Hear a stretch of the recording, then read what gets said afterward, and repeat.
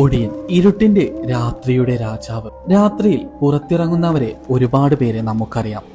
മാടൻ, മറുത, ചാത്തൻ, യക്ഷി, രക്ഷസ്.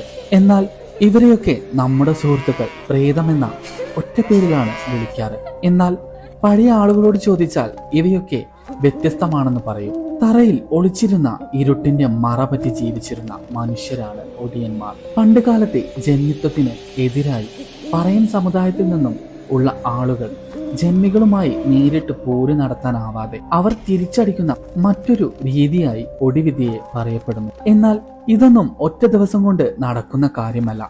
ഒടിവെക്കാൻ ഉദ്ദേശിക്കുന്ന ആളുടെ ജന്മനക്ഷത്രം അറിഞ്ഞ് പ്രത്യേക തരത്തിലുള്ള കർമ്മങ്ങൾ ചെയ്യുമായിരുന്നു. അതുമാത്രമല്ല, ഇവർക്ക് ഒരുപാട് ഔഷധങ്ങളും മറ്റും ഉണ്ടായിരുന്നു.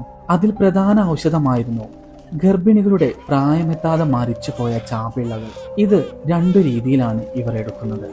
ഒന്നെങ്കിൽ പ്രായമെത്താതെ പോയ ചാപിള്ളയെ ഇവർ കുഴിച്ചിടും. അതല്ലെങ്കിൽ ഗർഭസ്ഥാവസ്ഥയിൽ ഒരു സ്ത്രീ മരിച്ചു പോവുകയാണെങ്കിൽ അന്നത്തെ കാലത്ത് ദഹിപ്പിക്കുന്ന പതിവുണ്ടായിരുന്നില്ല, കുഴിച്ചിടാറായിരുന്നു പതിവ്. ഇത്തരത്തിൽ അടക്കം ചെയ്ത ശവശരീരങ്ങൾ ഇവർ എടുക്കും. അതിൽ നിന്നും എടുത്ത ഈ ഭ്രൂണത്തെ അവരുടെ അടുക്കളയിൽ കെട്ടിത്തൂക്കും.